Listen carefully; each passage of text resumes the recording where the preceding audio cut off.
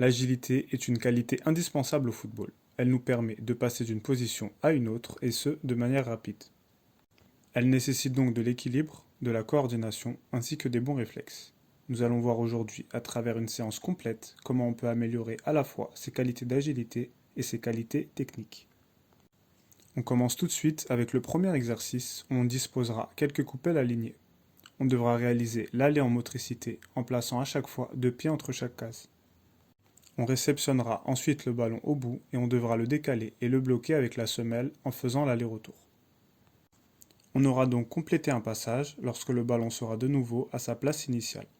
On prendra après ça 20 à 30 secondes de repos et on repartira pour 5 autres passages. Cet exercice sera très efficace pour améliorer la motricité et la vitesse de pied avec et sans ballon.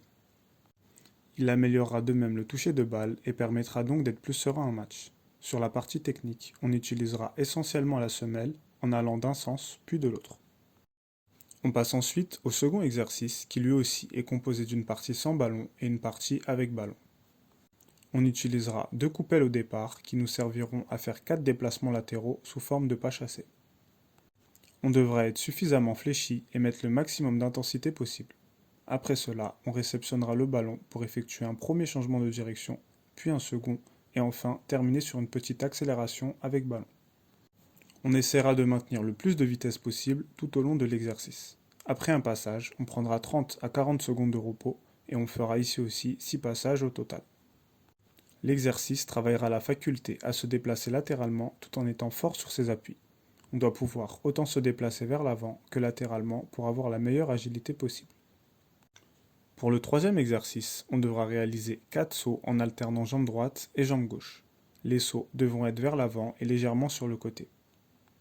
On devra de même toucher son pied avec sa main opposée à chaque réception.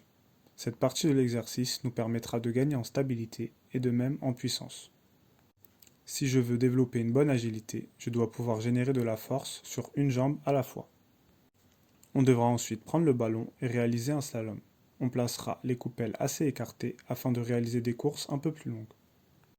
Il sera important de varier la taille de ces slaloms afin de maîtriser le ballon sur petit et plus grand périmètre. On pourra prendre jusqu'à 1 minute de repos pour cet exercice et on fera 5 passages au total. On passe après ça au quatrième exercice. On aura 6 coupelles sous forme de ligne, puis de nouveau 6 coupelles à 10 mètres d'intervalle.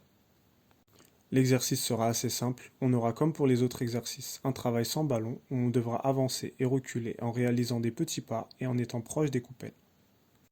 On prendra ensuite le ballon pour accélérer et faire de même balle au pied, soit avancer et reculer.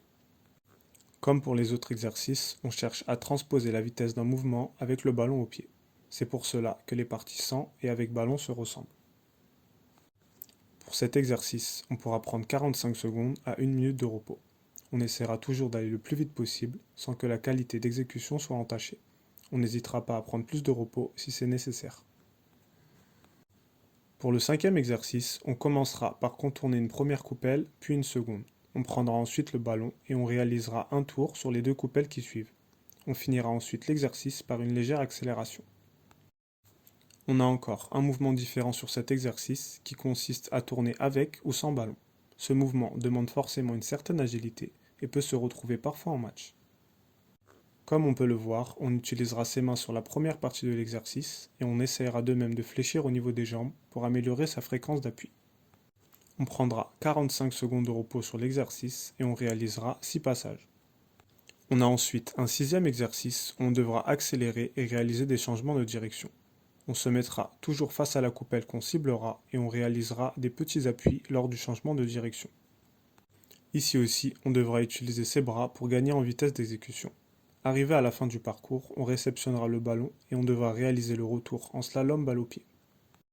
Cet exercice sera très complet et assez éprouvant. On pourra donc prendre entre 1 minute et 2 minutes de repos entre chaque passage pour en faire 4 au total. Comme pour le reste des exercices, intensité et qualité d'exécution sont les mots d'ordre. Enfin, le septième et dernier exercice où le départ se fera allongé au sol sur le ventre. On devra se lever le plus rapidement possible en utilisant ses bras et enchaîner sur un sprint d'environ 10 mètres. Après cela, on aura 3 portes de coupelle, on devra faire passer le ballon mais pas le corps. Le mouvement ressemblera donc à celui du petit pont. La difficulté de l'exercice sera donc d'allier un maximum de puissance avec une finesse et une agilité dans le toucher de balle. On pourra faire 6 passages sur cet exercice avec un temps de repos inférieur à 1 minute.